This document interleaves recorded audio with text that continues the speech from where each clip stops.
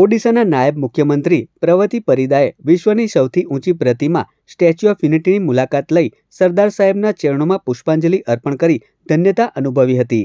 નર્મદા જિલ્લાના એકતાનગર સ્થિત statue of unity પરિસરમાં તેઓએ સરદાર સાહેબના જીવન પ્રસંગો, પ્રતિમા નિર્માણ પ્રક્રિયા અને ભારતના એકીકરણ માટેના સંઘર્ષોને સુંદર રીતે રજૂ કરવામાં આવેલી વિશાળ ફોટો પ્રદર્શન ગેલેરીની પણ મુલાકાત લીધી હતી. આ તકે ઉપમુખ્યમંત્રીએ મુલાકાત પોથીમાં નોંધ્યું હતું કે એકતાનગર આપણને સંદેશો આપે છે કે મોદી હે તો મુમકિન હે. આપણી પાસે વિશ્વની સૌથી ઊંચી પ્રતિમા છે જે આપણી એકતાનું પ્રતીક છે. વધુમાં તેઓએ જણાવ્યું હતું કે સ્ટેચ્યુ ઓફ યુનિટીને નજીકથી જોવા અને સ્પર્શ કરવાનું સૌભાગ્ય પ્રાપ્ત થયું.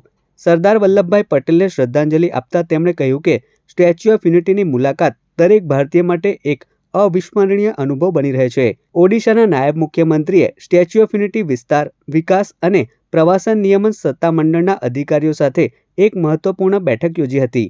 આ બેઠકમાં એકતાનગરના વિકસતા પર્યટન મોડલનો વિગતવાર અને ઊંડાણપૂર્વક અભ્યાસ પાવરપોઈન્ટ પ્રેઝન્ટેશન દ્વારા રજૂ કરવામાં આવ્યો હતો.